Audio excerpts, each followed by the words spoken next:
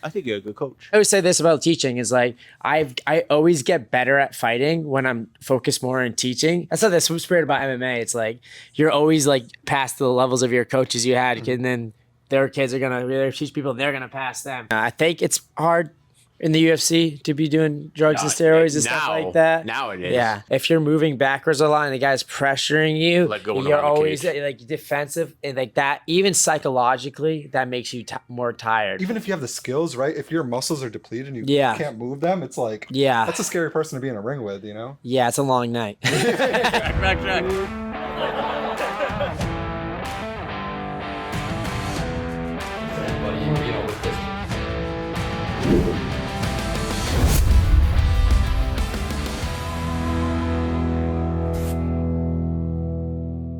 Ladies and gentlemen, we are back. The Too Legit Podcast is back in Mom's basement. We got Connor Matthews again. Part 2, baby. Part 2. Oh. I told you we were gonna have it. We were gonna have it.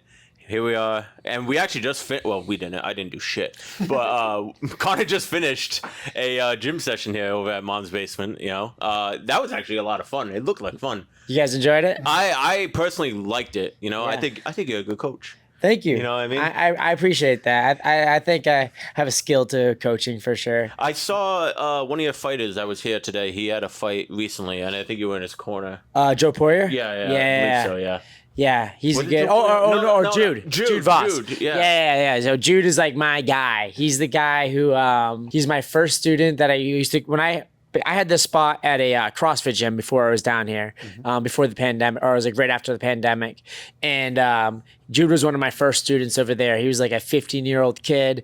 It was funny because his mom came into the CrossFit gym and she's like started talking to me. She's like, I want to get my son to do this. And he's like, she's telling him what it is. She's like, I ain't going to that. Yeah, like this guy's like wrestling each other. Like that's gross. That's like, whatever, making fun of it. Like nasty, rubbing sweat on each other and all that stuff. And then he finally signed up and he started loving it. And man, dude. So that was like, he's like 3 years ago. And then I didn't see him for a while. His mom, I'll tell you a story because it's kind of crazy story. And it's I kind of get emotional over it. But his mom calls me last summer, 2 summers ago. He's like, hey, I don't know what to do. He's like 19-year-old kid. Had a troubled life coming up. You know what I mean? Dad's in jail. And he kind of, he's just angry. And I get that. But I've had those problems. I started doing MMA when I was a kid because I was punching holes in the walls. And that's why I went into MMA. And went to MMA gym. So his mom called me. I was like, just tell him to come show up at the house tomorrow. I was like, all right, cool. So he shows up the next day and he just followed me around for an entire summer. We went to every single training session with me with strength and conditioning. He started working my strength and conditioning because he started going to cartel. His first time on the mats training MMA with real people besides me was with Calvin Cater and Rob Font. He didn't even know who they were though because he wasn't really an MMA fan growing up. So he had no idea who these guys, he's training with the best of the best, top of the top MMA fighters. And that's what he did for a year and a half. And then he dropped out of high school. So I told him, I was like, hey, you have to go and get your GED before I'm going to allow you to fight. You can't fight without your GED. Yeah. So he went back to school for a year while training with me, got his GED and a couple months ago. So I was like, all right, well, send it. Let's get you a fight. So that was the first fight that he did really good, by the way. He looked so good. Yeah, I'm super proud of him. He's a monster. I think he's got it. He's a really strong, mentally strong kid. Yeah. He's got he's smart.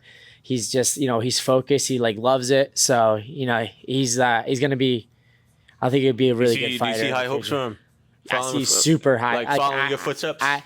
I think so. Yeah. You know what I mean? I mean, if he wants, I say this, I don't care what he does. If he wants to stop fighting tomorrow, because you know what I mean? But he loves it. So, you know what I mean? I'm not trying to force anything, but he seems like he loves it a lot and he's look really good. So he's already back in the gym. He just had his fight. He won, a tough fight. And now he's back in here training like a maniac. So that's what you want to see. Fuck yeah, dude. You know it's great, having that, young age too. Young age, just, getting into this.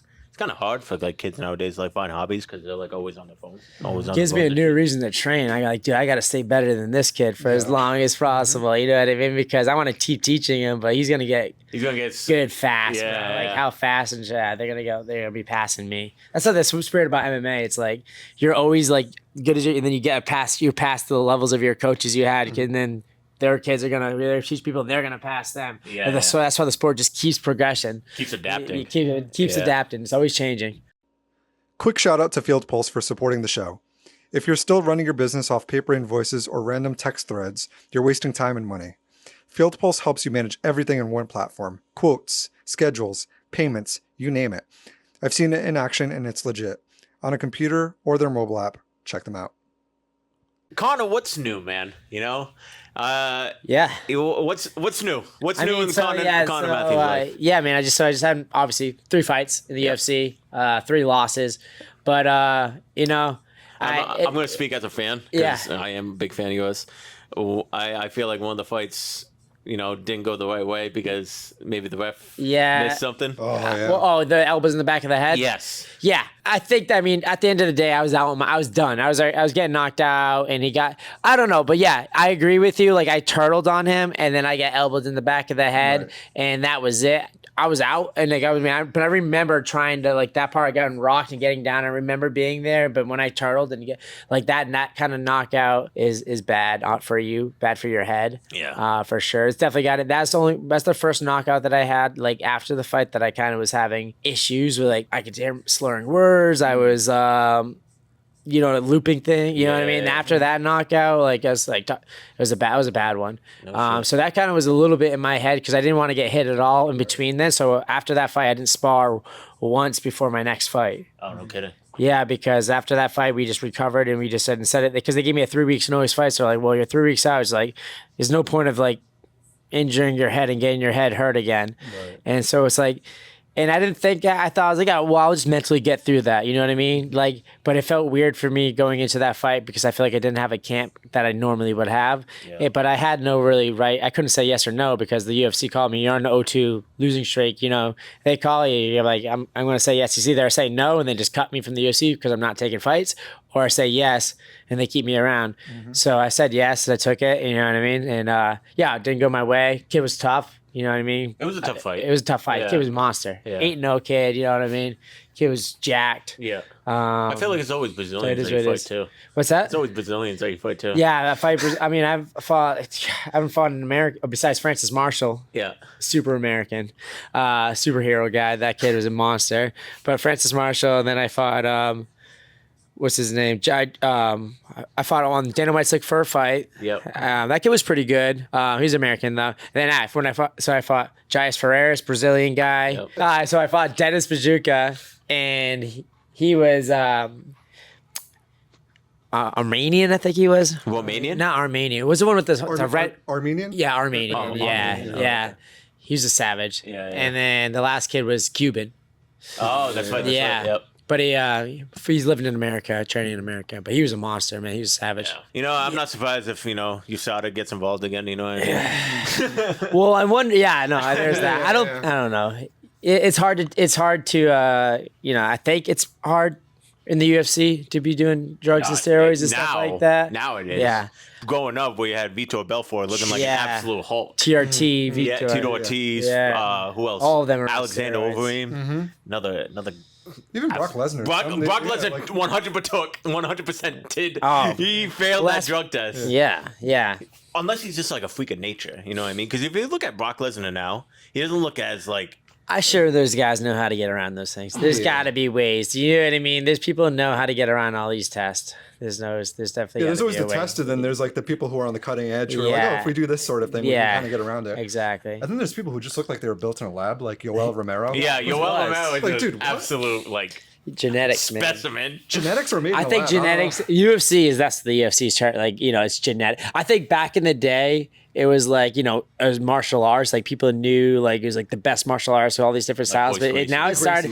But now it's starting. It's like any professional sport is like that. It's like the NFL, right? And then you start just getting guys who are just super, super athletic. Yeah. And, you know, there's natural athletes, and they they can make it pretty far in the UFC now. So Yeah, so even if you're super skilled, if Yeah. that person has like that athletic ability and Yeah. they develop the skill, it's kind of like, yeah. what are you going to do at that point? You know what I mean? exactly, exactly. So Ilya Taporia, man, that guy's a monster. And- I am so excited for that fight oh yeah, He's coming up to fight Charles at 155, Yeah. right? for the Yeah. belt, Yeah. for the strap. Dude. tomorrow this weekend though, Sean O'Malley. Yeah, and Marab. Marab. I love Marab. Those guys. I love Marab. So too. those guys are super nice to me. Like on fight week when I went out there this time, I get out there like a week ahead of time. I was kind of by myself. I had Joe Poirier with me, Joey Guns. Let's go, baby. Yeah, let's go. I had him with me, but we would go train at Syndicate, and that's where Marab is training, and this kid, another guy, Nazim, and Aljo. Aljo's over there, yeah. And so, but they were super nice and like, hey man, if you need any help cutting weight, if you my house is your house. Like they're like super nice to me the entire time. So yeah, they're kind of East Coast people. A lot of them started in New York, so we went down there and trained. So we have a good relationship with those guys down there. But they're awesome. I love all those guys. Aljo. So I'm big Marab on this fight, man. I want Marab to keep the. He's just an animal. He's awesome. I think that's love him. another specimen. Yeah. Yeah, I think he's another I was watching him specimen. hit pads and stuff for this. It was awesome. Just you know what I mean. He just doesn't get tired, that guy. I would say this about Marab. Like, it seems like he, skill wise, if you go to like skill per skill, all right, he's not the best at anything. He doesn't like great striker. He's not like the best at wrestling. But like something about his mental, his ability to go into the fights, he rises to the occasion, and his cardio. He puts his will. He's just a good fighter. It's crazy. Yeah. Because that's one of the biggest. I mean, I've never been a UFC fighter, I've never been in a cage, but I think. Do you want to? We have it right there. I don't have it in me. But I think like one got of the him in biggest there. fears is probably gassing out in there. So if Oh, you're yeah. going against someone who has like an unlimited gas tank, it's like even if you have the skills, right? If your muscles are depleted and you Yeah. can't move them, it's like Yeah. that's a scary person to be in a ring with, you know? Yeah, it's a long night. It's a long I'm night. trying to think. It would be like Justin Gaethje, right? Fighting like Yeah, he's got a gas tank. like Justin Gaethje versus Max Holloway. You know, Max you can definitely Holloway, tell. You can definitely tell. Dricus Duplessis. Yeah, another one. Even Robert Whitaker had the crazy gas tank. Yeah, I guess that, yeah, that's a hard style to that's what I would like to do. You know what I mean? Because that's always my game plan. It hasn't really we haven't had a chance to really put it on in there, but it's, hang. Oh, I did in my Jaius Ferreira's fight. Like I just, because I do have a really good gas tank.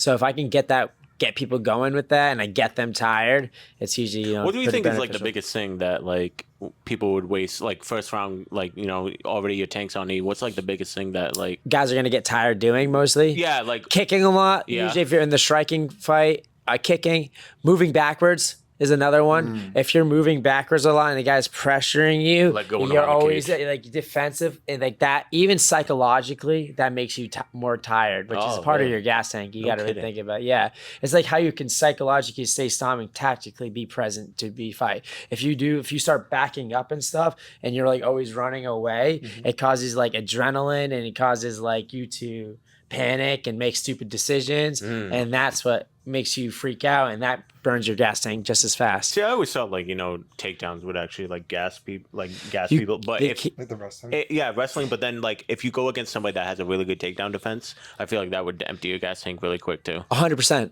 Yeah, if you're fighting for takedowns and not actually getting them, but you Yeah. just keep fighting, you keep going, and you're the guy just riding, kind of like what I was teaching tonight in Yeah. class. Honestly, yeah, that's a good way to gas somebody out. You know what I mean? You have to have a really good gas tank then if you just want to like go for takedowns, like Islam or Khabib. Yep. Those guys are just again specimens too. Yeah.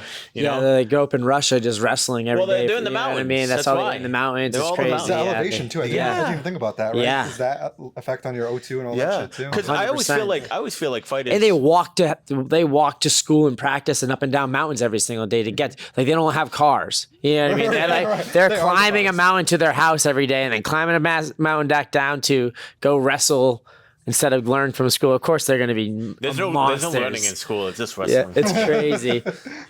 I feel like a lot of fighters, like to prep for fights or something, like or train. I feel like Denver, Colorado, or like Colorado in general would just be a great like atmosphere to be a part of. You know what I mean? I've heard nothing but good things about Colorado. I'd love to get out there and check it out. But I don't know how well, like, if you train at altitude, I know there's something to be do. If you train at altitude and if you compete there, yes, you're going to be obviously be better than somebody who's just not from there. But once somebody's like really adjusted there, and then if you go down to sea level, I think you have to like compete within like 1 or 2 days to really get the full effect of the VO2 really? max. Wow. Yeah, and then it drops off, and then you get acclimated to the whatever it is down back at sea level. Yeah. So it's good if you train at altitude, compete at sea level, you're good.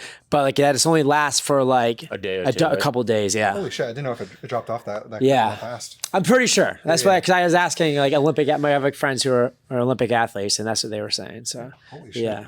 I didn't know that. I didn't know that either. You know, I always thought like those masks that the people have, you know, that changes the altitude and everything. Yeah. I feel like that's a big thing, especially if you can't go out to like Denver, Colorado or something like that. So what that's doing is, so I do a lot of like with my breathing exercises, and I breathing coach. So that's like helping your body get used to more CO2.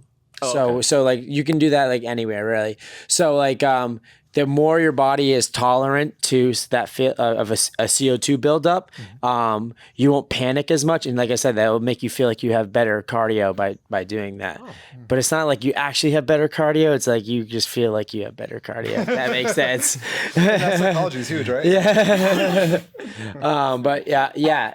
So that's what I do a lot of stuff like that. Like I'll do like let all the air out of my lungs, do like sprints or whatever, and then like for like 10 15 seconds, and then you stop, and then you have to calmly inhale and exhale instead of get done with that like you got to train your body to be calmly inhale, calmly exhale, and then you do that again. And yeah, that helps you. I think it helps you with your VO2 max, and I think it helps you with like overall cardio. I'm out of shape. I need to start coming to Connor's gym. But so now you're kind of like transitioning into that gym owner coach. Yeah. And then, Alex kind of told me, are you becoming a firefighter? I am becoming a firefighter. Yeah. Alex's sources were correct. Yes. He probably got it from you. Yeah. Yes. So is the UFC fighter door kind of closing? Or? I think even the last fight, you know what I mean? I think I was already starting to kind of come this way with my like life, because I have always said this my whole life is my goal is to run a MMA gym. Yep. And when I was a kid, my first interview I did actually, and I was I said it at the end of it, was like my goal is to go as far as I can in MMA. If I can make it to the UFC, great. But ultimately is to open up my own MMA gym, and and people want to learn from me because of my accolades I made in the sport. And I feel like I made it to a pretty high level in the sport. I'm a little bit older too. You know what I mean? I don't know how much worth the head trauma and damage would be for the rest of my life to how far I could actually potentially make it in the UFC anyways, if that makes sense. You know what I mean? I'm going to age out before I get to where I want to be anyways. So, I was like, not that I'm not, like, I didn't quit fighting. I'm still probably on a UFC contract. And if, they offer me to fight, I'm fucking probably not going to say no. You know what I mean? But, I'm definitely looking for other avenues in my life. And again, another thing that besides my job as a firefighter, I think that's just a really good long-term job. And it seems like a fun job. It seems like what I mean? Battling fires all day? Battling fires. It seems like something I'd be interested in too. And it's good pay. So was I'm that super excited for that. Was that like something you've always thought about? Yeah. Like firefighting? That was my goal. When I got out of the, I didn't think I was going to make it to the UFC really. But my goal was to become a firefighter. You know what I mean? When I got out of the military, I went to EMT school. But I didn't finish the test because I started fighting. I finished the school, but I had to take the NREMT test. Yep. So to be a certified EMT. I didn't do that because I was just focused on fighting and not that, which is so stupid. So now I have to go through the school again, go to the EMT school, do it again. Hey, at least, second time, it'll be a little bit better. It'll be a little bit easier for me. And then I got to go through the fire academy, which is super excited about that. Kind of brings me back a little bit to my military days of being, just a grunt, listening to orders, telling me, you know what I mean? Yes, sir. No, sir. And doing all that. And I don't mind that stuff. That's fun for me. It'd be kind of fun to go through that. And then I can focus on running this gym. I got a lot of, like I said, we talked about Jude. I just have a lot of guys that do want to learn from me. And I think that's the best side. They're showing up. They want to come learn from me. So it's like, I want to do what I can to help those. Having my friend, my kid Jude win the other day was like more rewarding than having my own fight. So really, I honestly, I really do think because that. he grew up with like you. and watching somebody else enjoy the process and then get a win out of it and have everybody be there and watch them fight. You know what I mean? Enjoy like watching all that part of it, all the hard work they put in to see how good they got to get into the cage to fight. You know what I mean? That's you're watching the whole thing. You know what I mean? Way more rewarding. So especially with a kid who started off not even liking it or not thinking it's cool, and then to get in the cage and to get a W, it was awesome. Huge. Now is one of his best friend wants to start training here too, and he's a giant kid. I'm like, I don't know what I'm gonna have to do to hold pads for this kid. He's huge. He's like 275 pounds, jacked. I'm like, looks like a great person to train, but I'm like, dang, holding pads for this guy is gonna be more traumatic than any fighting that that guy has like what? That guy has like over 100 pounds on you, right? Bro, I was like teaching him how to jab the other day. I was like, boom! I'm like, oh no, my shoulders are gonna get destroyed. I'm gonna literally have to get like a body shield and like a helmet and like I sound like Jude. I was like, when Jude messes up sometimes and he punches you in the face during a pad session, you're like, oh, it's all right, you're good, dude. You know, I don't even worry. If he does that, I'm gonna be waking up off the ground, dude. Like. I'm just thinking about this guy right now too. It's just like absolute fucking unit. Yeah. You know, fucking just absolute. It's a good problem to have, you know what I mean? Because we could probably make him to a really good fighter, but I'm like, oh, this kid's big. It's gonna be painful to get there. It's gonna be painful to get there for some of us, yes. So Connor Matthews, firefighter, and now Connor Matthews, gym owner and coach. Coach, yeah. That's gonna be exciting. Yeah, I'm excited. I think it's gonna be. I'm already enjoying it like so much. It's like more relaxing to me. You know what I mean? Like, but I also have something to work for now. Like, you know, it used to be kind of like like putting that energy into fighting and becoming the best fighter. Like now I'm putting my energy into, you know, my gym. You know what I mean? Like, how do I make fighters the best fighter and just changing my perspective and how to run classes and do. I think that's just like I can be competitive with that and try to be the best possible gym I can possibly be. And that's almost like, it's like instead of you have a gang, instead of just one individual. You know what I mean? It's becoming a gang leader. We're gonna kill all the rest of the gyms. I think that's a big thing too, right? It's like introducing, because when people see MMA, they kind of see it as like it is truly a blood sport. You know what I mean?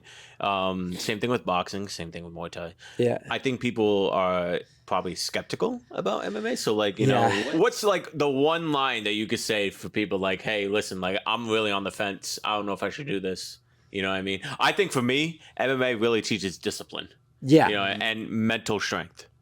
You know, I think that's something that's really huge in MMA and pretty much in any art of fighting. You know what I mean? So I think I also think you could learn it at any level for anybody. You know what I mean? There's something you can learn at 60.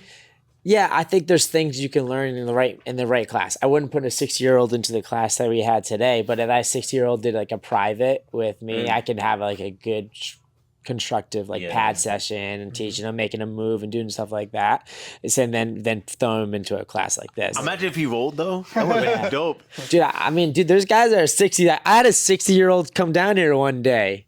This guy, John Hatfield, his name. He's good. He came down here one night and he was like, I just got done fighting. It was like a pretty tough fight, so I was kind of beat up. And he's like, hey, you want to spar? And he was like karate dojos in Bridgewater, a couple of them. And I was just like, all right. I was like, this is an old guy. Like, he's not going to do anything. I was like, he's like, his kicks are coming up. I'm like, oh shit. I had to like try against this old guy in here. He was like a karate master. I had to like go in at him. So he's actually, I'm like, for a 60-year-old, that guy can move, man. I was like, you'd be surprised, dude. Yeah, guy who's been training martial arts his whole life, like he can move. So be surprised. But yeah, fresh old 60-year-old. Yeah, well, this stuff, pads, you work. Now, I know that you know. Actually, today was actually your first official day. Yeah, which is kind of crazy. You guys, perfect timing. Perfect timing. Perfect time. I love this. It's meant to happen. It was your first official day as like being like the gym owner and like teaching a class. You know, how did you have like? I wouldn't say nerves with you. You've done classes before. So I've done classes. You know what I mean. I've taught. You know, I had a gym before we came back down here. I was running kids classes down here for a little while before I really like committed to the like fighting thing. And I was running kids classes, running class. So I had a lot of these guys before, but today was just kind of like. A lot of them I was able to focus individually on them on that time off, you know what I mean? And so they all got leveled up a lot. So now it's a lot better in here. Like before I was just teaching a whole bunch of brand new people and I couldn't really get them all in. Now I'm teaching, there's a lot of like other higher level guys who've been training for a while. So it works really good for a class tonight. I could run like a higher level class than, you know, I was able to run before in my old gym. Which it makes the environment better, makes people learning better, which makes other guys come underneath them and learn faster. So it's just better. It's like, and I created like 4 coaches. So now it's like, you know what I mean? So it's.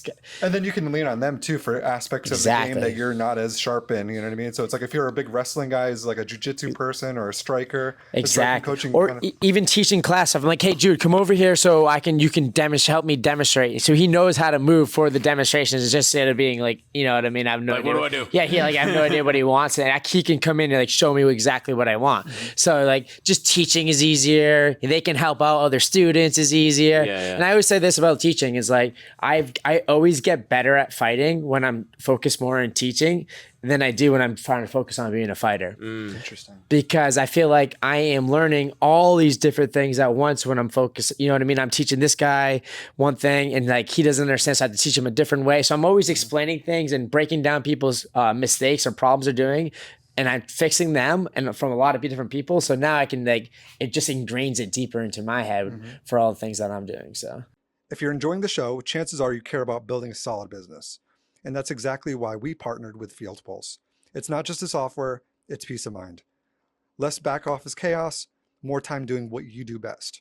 I think Field Pulse is so great that we've even worked out a deal for you guys to get 20% off Field Pulse when you book a demo and mention this show.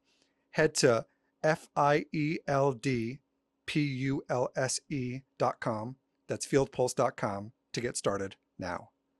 And you're seeing what people are doing wrong and what they're doing right in the roles because it's like, oh, you did that and you got this result out of it. Exactly. So rather than you just being Connor wrestling with one person, you're almost wrestling with 10 people because you're observing and correcting 100%. them. 100%. That's I wild, totally agree. that's like a... Yeah, it helps out. Too, when you're not like focusing so much on fighting. You're actually focusing on trying to like help everybody else out. You actually start seeing like, you know, different things, you know, like, you know, I saw it in the class today, like, you know, you were just walking around and then like you actually got involved. I think that was a big thing. I think that's a huge thing too, when like, you know, teachers get like involved, show you what you did wrong, and then like kind of like adjust to, you know, how to fix it right. I think towards the end of the class when they were doing all that stuff, it was, you know, you were like, you know, hovering over the guy, you were like, all right. Tell them what. You're like, all right, hey, grab his leg right now. Hey, all right, now bury your head. You doing that? I become the guy inside of them. I become them, and I'm like, all right, this is what you needed. Do this. Do this. That's exactly. I get a cramp on my foot. Excuse me. But that's funny. Yeah, I that's what happens for sure.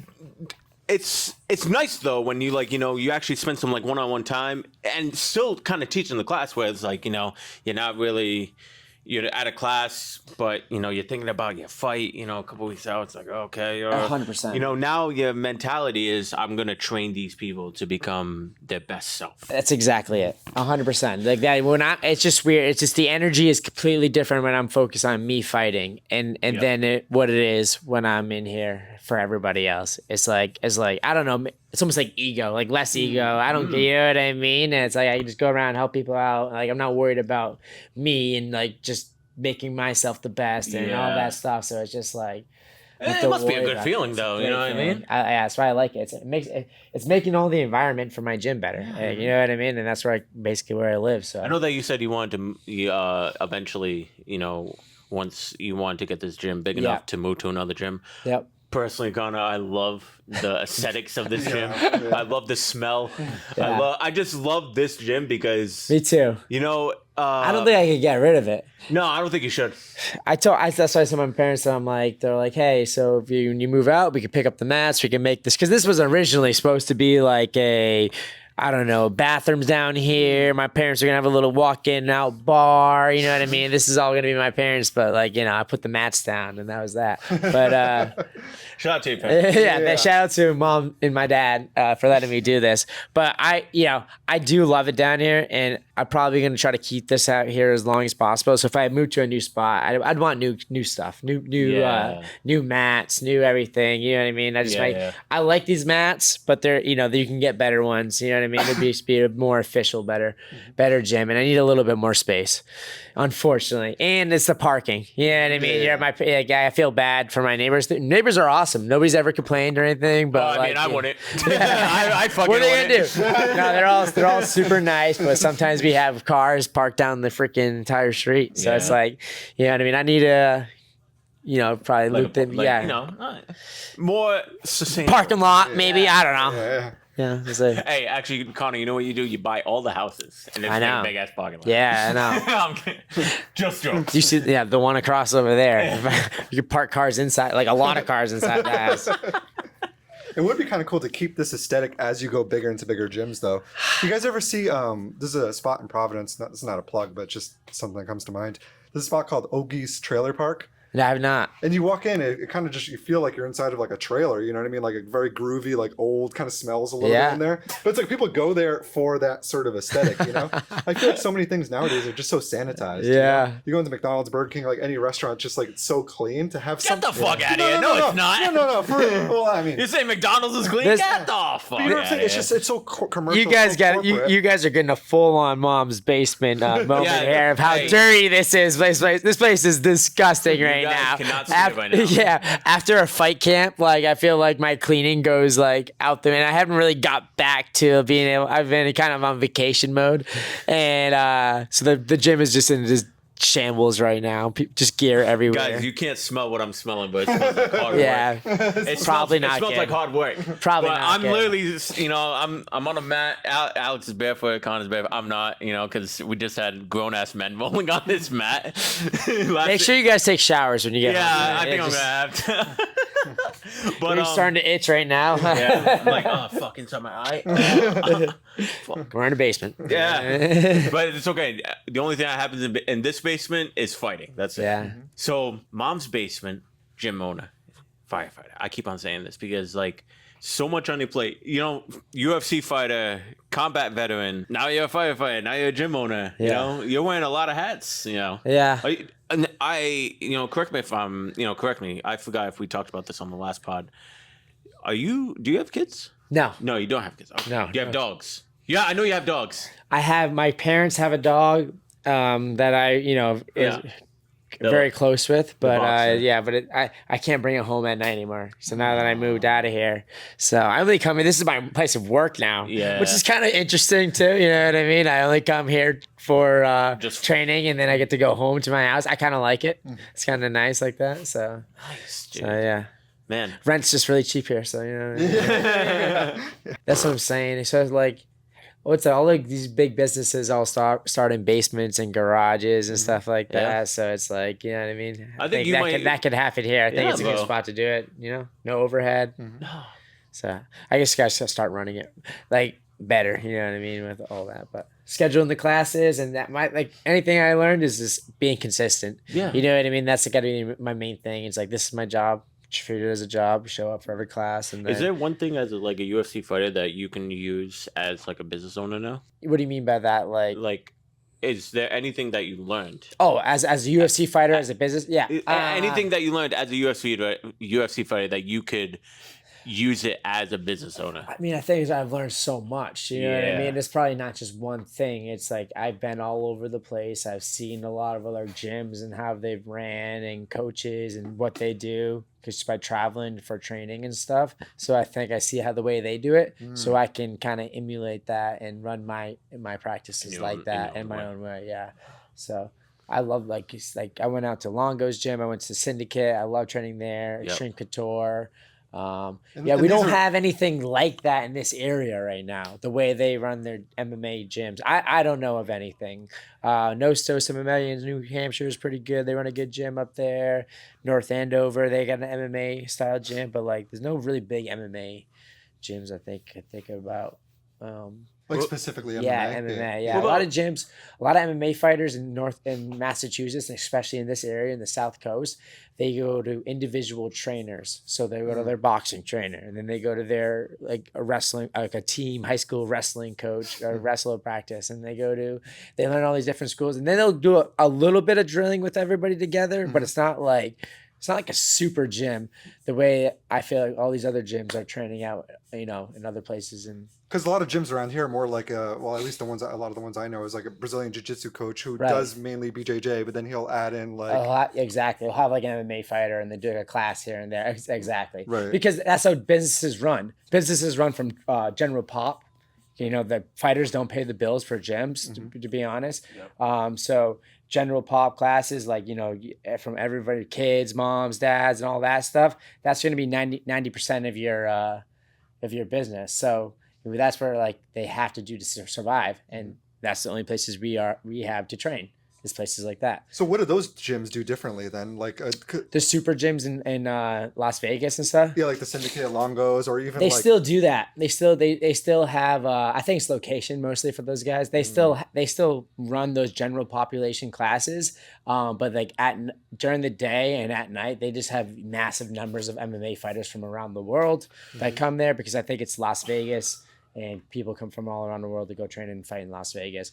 Same thing with ATT down in Florida. Yeah, they just happen to have like a spot where a lot of people go from all over the world to go train. And so that's kind of your goal, is to kind of make this an MMA gym, as opposed to BJJ or kickboxing or any of that sort of stuff. Yeah, I want this to be the hub of New England's MMA. You know what I mean? Fighting. Hell yeah, dude. Yeah, that's my goal. That's what I want to run. You know what I mean? And put it out into the universe, baby. Say it. Yeah. What do you say? Manifest it. Yeah, manifest that shit. Exactly. You know what I mean?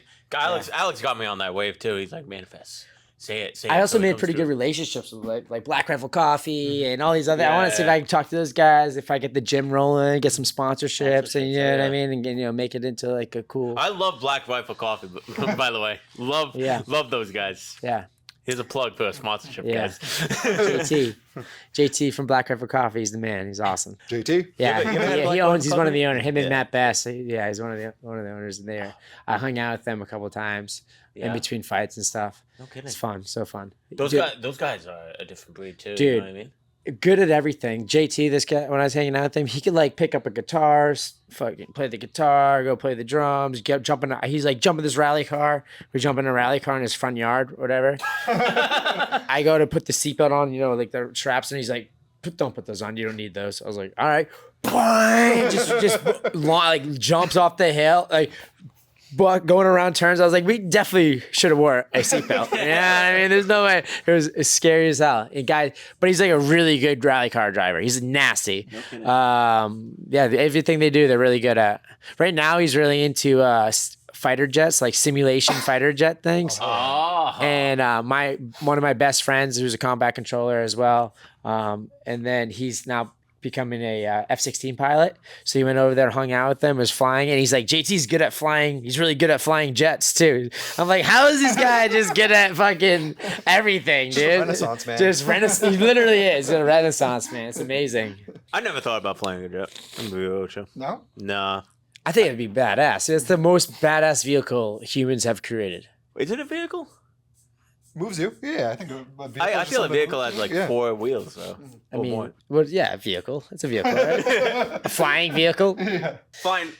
No, I don't think it's a vehicle. You gotta ask ChatGPT. Is it a vehicle? You're about to get roasted in the comments, too. There we go. I feel like it's a vehicle. Anything that moves you around is a vehicle. A train is a vehicle. A car is a vehicle. A plane is a vehicle. A car is a vehicle, yes. A horse is not. Also, it's not a vehicle. Yeah. Means of transportation, yes, but it's not a vehicle. This is how we're gonna die on. I'm living by it. I don't give a fuck. But we're gonna find out. We are gonna. You know what? I'll find out right now. I'll ask Siri. Hey Siri, is an airplane a vehicle?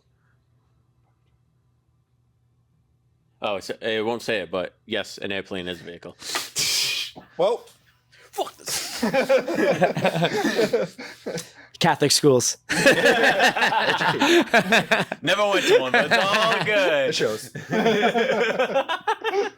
Nah, but man, hey, you learn something new every day. You know what I mean? So, do you like? I know that you have close connections with Rob Font, Calvin Cater. Yeah. Is there a possibility that they might even come down to Mom's Basement? Mom's Basement. I don't know about all those guys. Maybe someday, honestly, if they come to Boston. If those guys, another card fought in Boston and like Dennis Bajuka or any of those guys, there's probably a chance they could come on. I would definitely invite them to come down to the basement if they ever have a chance. You know what I mean? Up in this area. Be involved. That'd be dope. Yeah. I'll invite any UFC fighters. Anybody's in New England or any UFC fighters come to New England, they're always welcome at this. Do you think that's a big thing though for like gyms, like having like other fighters? Yeah, right. I think so. I've seen it a lot before, where like I think Sean Schubert had a really talented Muay Thai fighter in his gym recently. Packed the whole entire house. Seminars. Yeah. I love they'll do big seminar. For me, like I don't get too much out of seminars personally. You know what I mean? It's like you get to go see somebody famous that's a good fighter it's and like, stuff like I'm that. gonna learn from this guy that's been here. Blah blah blah. Yeah. Maybe get a photo for the gram. Exactly. It's like one of those. You know what I Yeah. mean? They're big money makers. I mean, dude, if you're like John Jones or like that, if you're doing a seminar flying around, I think he's all going around Thailand right now, just doing seminars everywhere. He's probably making a shit ton of money. So He's not fighting. Not fighting. Yeah. I know what's happening with that Tom Aspinall, John Jones thing. I think John Jones is gonna get stripped at the title. If I'm Yeah, being real. I think Dana's done. He's done. I think he just doesn't. He's not going to get paid enough money on what he's worth, and that's the problem. And I agree, with John Jones. Like you know what I mean? Like he's worth so much money, and I don't think UFC is willing to pay him what they think he's worth. Yeah. So he's just like, I ain't fighting. He doesn't have to fight. He's got $100 million anyways. Wherever I he's feel like got, this is like another mean? Francis Ngannou like type thing. Yeah. I feel like it's just another. It's not thing like worth it. You know what I mean? Like for going against Tom Aspinall. All these. Yeah, for them, he's already proven he's the GOAT. He's already in the greatest of all time. He doesn't need You know what I mean? Yeah. He's not worth it. If they're not going to pay him the money to go in there and risk that all, what's the point of going in there to do it? Because that is what he's risking at that Yeah, he's point, risking. his He's risking legacy. that. That's the way I see it. Yeah. And No, I it feel like makes he's, sense. you know what I It mean? does. He's making money, like I said, being the GOAT, the greatest of all time, going to Thailand, running a seminar, make probably a shit ton of money wherever he's going. You know what I mean? So make you money don't doing see that. like him ducking this fight as a tarnish on his legacy, though, right? No, because No. I've seen a lot of people on Twitter that say They like, don't know because they never even been into a fight. You can't judge these guys on, dude. He's a world champion. He fought 2 weight classes. He's fought the baddest of the bad. He's not because he's scared. It's not because it's an ego thing. It's because he's smart. and he's not risking. You know what I mean? Not That's gonna risk stupid. anything. It's Yeah. really what he's known for. John Yeah. Jones is known for his fight IQ. So Yeah, it's he's just a IQ smart- in general, yeah. right? Like, I think He's he has just really a- high IQ now. He's just Inside and outside he's of just the a gym. smart guy, dude. Yeah, That's yeah. all that is. I mean, Like, we don't talk about his fighters. If people talk you should see the people that talk crap to me in the comments, and you know what I mean. Oh, It's insane. Connor Matthews has haters in Oh, the comments. so many haters. What? Fuck you guys. Yes, so This is many the haters. nicest guy ever. How are you hating? Because Well, what that's what I'm saying. I was gonna say, what do they That's hate what on I'm you for? saying. I know, Like I couldn't do anything right. You know what I mean? Yeah. And you'd be surprised. And it's like, yeah, man. People just because they hate their lives and they got nothing else to do besides try to, you know what I mean? Tear down someone Tear who else somebody is. else's yeah, out who's That's enjoying like really who's good. enjoying their life. Yeah. So it is what it is. I don't care. fuck him. They say you got to stay away from those comments. Yeah, so. you stay away. Yeah. You'll lose minutes of your life. Like, what's a good one? What's a good guy? And then you're like, I shouldn't do it. Like, I'm showing weakness, but I want to come. I'm like, send him his address. Yeah, but they, you know what? These guys Send location. Send location. I want to fight you. But he, a lot of to these Mom's guys, basement. like all of them. People that talk shit. They never accept your friend request, and they never show. They have their profile on private. Every single time there's these kids that talk shit, they never you know what I mean?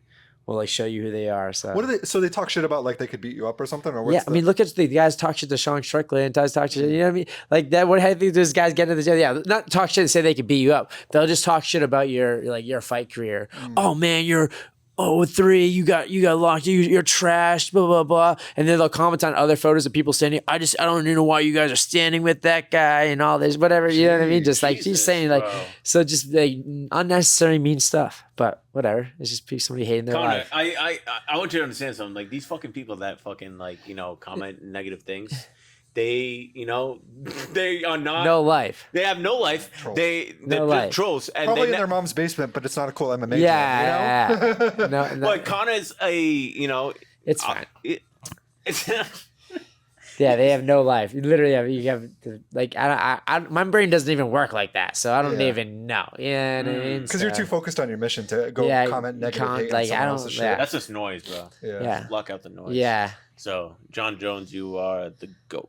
John Jones is the Jones goat. I is think we the goat. discussed that on the last We podcast. did. We and did the then we Mount did say Rushmore. that John Jones is the best fighter of all time. Yeah. Yeah. I think I said some questionable shit, but I think I was just trying As to you get do. Yeah. I was trying to. Are fighter jets vehicles? I'm flipping be it. real. I had no idea if it was or wasn't. I just thought a jet is a jet. That's it. There is a UFC card coming up this Saturday, right? Yeah. Yeah. That's what we were saying With before. Marab, I'm just gonna pull up. I'm just gonna pull Well, up. yeah, I want to know who else is on there. Yeah. I honestly don't even know. I know What sucks Marab is is- I'm gonna stay up for it because it's So- Where are they Marab. fighting? Are they fighting in Vegas or where? I think they're fighting Newark. Newark. Oh, okay. Yeah. Wow. So East Coast. Yeah, You going I to it? think so. No, I'm not. at Because all. the UFC roster is fucking enormous, right? It- Yeah, now it's big. it's huge, Yeah. right? Like 400. Yeah. No, I wouldn't say 400 fighters, but probably up there. Yeah. Like hundreds of fighters. I feel like I do know somebody who's fighting soon though. Because just in a given division, there's at least 20, 30 guys, maybe Yeah. even 40, right? There's more than that. Yeah, there's shit. Yeah, it's probably like. I think it all depends on the 50 or division, too. 60. 50, yeah. Yeah, 50 or 60 guys, I think, in the division. And there's probably 10 weight classes or maybe a little, is there to 8? Heavyweight, light heavyweight, middleweight, welterweight, lightweight, featherweight, shortweight, bantamweight. I'm thinking for of females. Yeah, now I'm thinking for females. There's like 8 or 9. And there's not really a weight class for the featherweight. Though. There's nobody. I don't think they do the featherweight anymore, do they? I think they do. Or for Nunez wants to come back, right? Did I see that? Amanda Nunez. I have no idea. I thought That's another. it might goat, it might have been like, who knows, with AI and fake videos Yeah. this day and age. Oh, Could be. that's another person who's fighting this weekend is Kayla Harrison versus what's her face. Oh, yeah. That's gonna be a good yeah, one. Juliana Pena. She's from around here. Oh yeah. Kayla Harrison. I didn't know that. And I've never met her, but I just heard that she's from around here. I saw her at one of the okay. fights. Yeah, my coach actually used to train with her. Oh I yeah. think. Yeah. So, yeah. All right, so we got Vincent Luque or Luke. Vicente Luque. Yeah, thank you. Versus Kevin Oh, I Holland. know him. Oh, I was that's on, a I good was one. I was on that card with Luque, Yep. and then Kevin Holland's awesome. He's the man. I think that's. I don't Dude understand. takes so many Dude, fights. Unbelievable. That's Unbelievable. I think Unbelievable. that's like an Like has athletic the thing. most gangster thing in the world, bro. And he makes a shit ton of money. And he's the fan favorite still. He doesn't have to win or lose. He just has that perfect like personality. right? personality. People love to see him in there. He'll fight anybody and anyone. Doesn't care.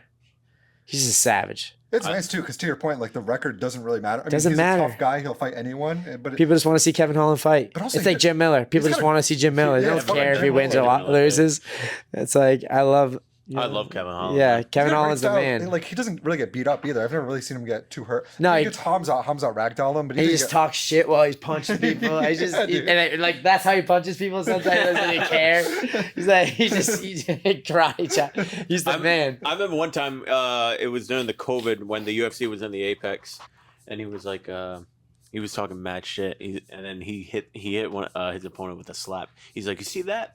That's that fucking Nate Diaz," and he slapped him again. And I'm like, this guy's definitely one of my favorites now. Is Max Holloway fighting? Isn't that fight happening going on? Next week? Who's No, he? no. Oh, he's fighting. Oh. He's fighting Dustin Dustin Poirier. Patchy Mix. That's a big fight for Patchy. us. So Patchy Mix I know Patchy Mix. He fights in Las Vegas. So whenever I'm out there, he trains with all those guys. He will be the next UFC champion at Yeah. 135, guaranteed. Wow. What weight Guaranteed. division? 135. 135. Once I'm cut from the UFC, I'm gonna put money on that. There's got to be a Vegas odd if I could just play this guy, like what's his over under just making the UFC, like because Well, they should have the over unders right there, so he's probably a favorite right now. I don't know. So Patchy is like 5'11", probably tall, skinny. He fights at 135. Tall. He's bigger than me, and he's 135. He's the nastiest grappler. Dude, he's so good. I watched him train there. I've seen him like train to like do 5 rounds of Marab and then go to another gym down the street and then do another like 6 rounds with other fighters over there. shit. Like He's a savage. Where's he coming from? Was he just got signed to the UFC? Yeah, he's the Bellator champion. Bellator, okay. Yeah, or it was Bellator and then PFL when Bellator really fell apart and all that. And then he's been kind of on limbo, like not trying, waiting to get into the UFC. And they just signed him for this fight. Somebody dropped out and he popped in. Yeah, and Chito Vera dropped out. Yeah. Yep. That fight got canceled. Yeah, I definitely think he's the best person that was fighting outside the UFC that should be in the UFC is Patchy Mix, for sure. I was pretty impressed with Chandler, too, his little run that he had. Not little run, but he put some serious people down. Chandler? Michael Chandler and Bellator. He's the last sort of guy I remember going from like Bellator to UFC, and he... Yeah, that was a big free agent move, yeah. I remember that. Is this Gustafsson related to the other Gustafsson? The guy who fought John Jones? Yeah, they're probably not related. Yeah, they might. They might be related? Who knows? I don't know. They're Come on. both Swedish. Yeah, it kind of makes sense. Watch Joe Rogan. Yeah, Gustafsson. Older brother.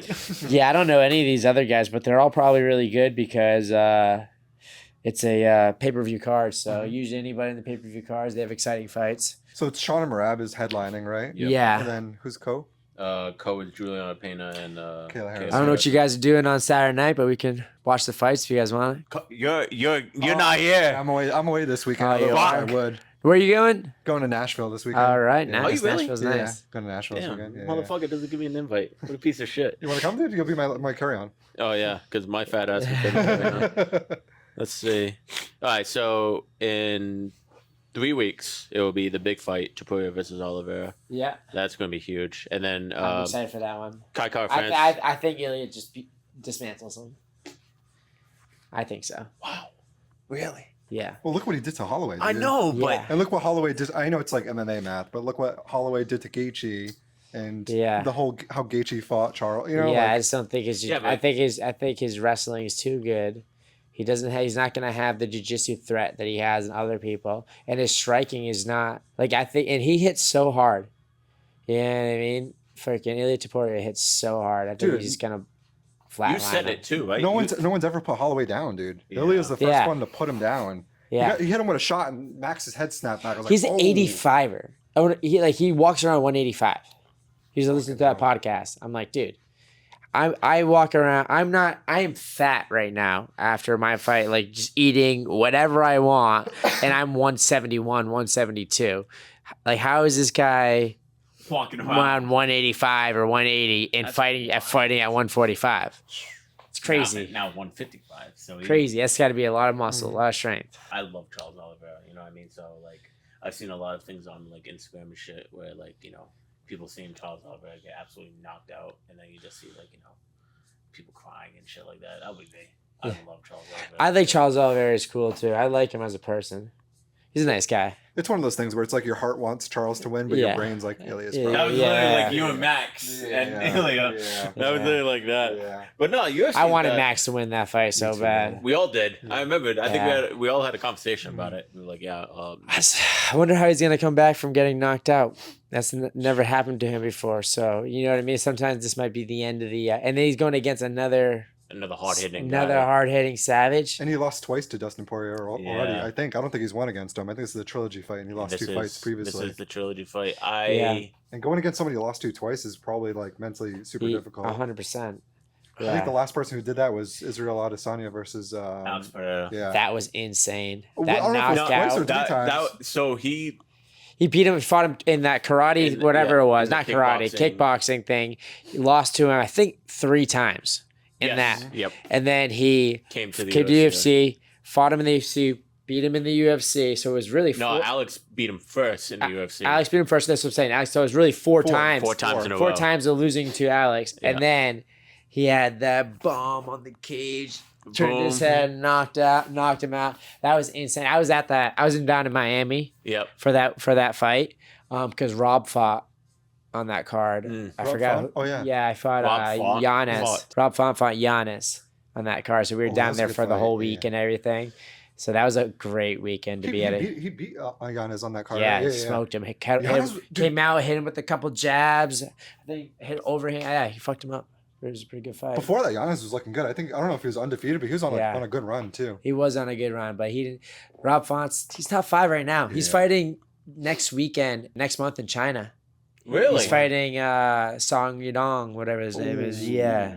That's gonna be a That's Dude. a good fight, bro. That's a good fight. I mean, he fights, he beats him. He's in title contention. He is. And he's been up there for a while. He's good, man. Rob's really good. Rob's nasty. Big fan of Rob. Serious, dude. Yeah, he's good. dog. I have a whole nother level of respect for him after fighting in the UFC. Has Calvin Kattar come back? Has he been fighting? He's fought. He just fought. He fought on the same card as me. Oh yeah. Yeah, he Did he? fought, and he lost. But the guy was I forgot, Zalal or whatever his name is. Mhm. He was just kind of backing up the entire fight. Calvin was kind of chasing him. Guy fought him smart. Yeah. You know what I mean? How he's supposed to fight Calvin, but he didn't get the win. But Yeah. unfortunately, We do a thing now on a podcast. We do lightning round questions. Give you 10 questions. First thing that comes to your head. okay. Your favorite fight venue? Plymouth Memorial Hall. Plymouth Memorial Hall. Yeah. Interesting. Okay. Is that Cage Titans? Is that Cage where they? Titans. Yeah, dude. Oh, that's right. His beginnings, bro. Yeah. OG beginnings. Okay, sorry. Yeah. This is lightning round. Sorry. Favorite cheat meal? Steak and cheese. Sub or just like Sub, mushrooms, onions, mayo. mayo? Yeah, mayo. You lost me at the mayo. Yeah, that's mayo. Your post-fight favorite snack? Steak and cheese. Motherfucker love steak and cheese. I think we talked about this on our last pod, but I'll say it anyways. Dream opponent. Dream opponent. I don't know. I don't really have one, really, Alright. to be honest. Can't really think of No, one. it's John Jones. John Jones. Favorite submission? Triangle choke. Ooh, I love that That's one. probably my favorite. What's your most memorable fight moment? Winning the Contender Series Okay. for sure. Okay. What's your number one training song? Training song. Yeah, training song. You gotta have it on first one on the playlist, probably. Not the Bon Jovi stuff that we were listening to tonight. What's wrong with Bon Jovi, bro? I like the song Control. That comes on. It's like an EDM song. I put it on. Actually, it's the first song I think I played tonight. Oh, yeah. I like that song to get me pumped up when we start training and stuff. Gets the room going. Gets the rhythm going. I like that. I like in the gym. I like playing like EDM style music Yeah. and stuff like You just that. get pumped, Yeah, dude. pumped. Or like AC/DC. Like hot, heavy rock? Yeah, rock. Yeah. All right. What's the most challenging thing about weight cutting? The diet, the Okay. food restriction for sure. The sauna and all that stuff. They suck. They hurt, but it's only like a small, short pain you have to do at the end. Like the long lasting of just kind of discomfort of being hungry for a month sucks. You know what I mean? Eating like 1p. Yeah, it sucks. All right. What is something that people don't know about you? One random fact. Fuck. Like a random talent or something. You play piano? No, I don't play piano, but I can paint. You can paint? Oh, yeah. Yeah. No shit, really? Yeah. That's I fucking can paint. dope. I'm pretty good at like acrylics and I like art. I was in like in AP art and stuff. When I was Fuck growing yeah, up. dude. My grandmother's an artist. My mom's a really great art. My dad's a good artist. My whole family's artists. No kidding. Yeah. Dude, can I get a painting? I haven't done one in a while, but I'll show. I think I have some back there. I can show you for Fuck sure. yeah, dude. All right, last one. Number one advice that you can give for up and coming fighters. Number one advice is I would say make martial arts a lifestyle, and consistency is the most important thing. So it's like showing up every day, even though mostly on the days you don't want to show up is going to be the most important days, and just Yeah. showing up and working. That's it. Consistent. Fuck yeah. Fuck yeah. I'm coming to mom's basement next week. Let's go. Even though I might have to like wrap both my ankles, my knee, my other knee. Get the Bengay going on. Yeah, the knees, dude. yeah, pretty much. Connor, we want to thank you for letting us you. come here again. This is awesome. Perfect day. I appreciate it. Oh, This dude, is great. this was great. Connor, do you have any final thoughts? I know a final thought for Connor. If you guys want to start your MMA journey, you come to Mom's Basement right here in Mattapoisett. Let's go. This guy right here will take care of you. He'll treat you go. like one of his own. I that good? appreciate that. Yeah, I think that's a great cool. final thought. Ladies and gentlemen, this has been Connor Matthews. I'm Tiago. This is Alex. We're in Mom's Basement. We'll catch you guys next time.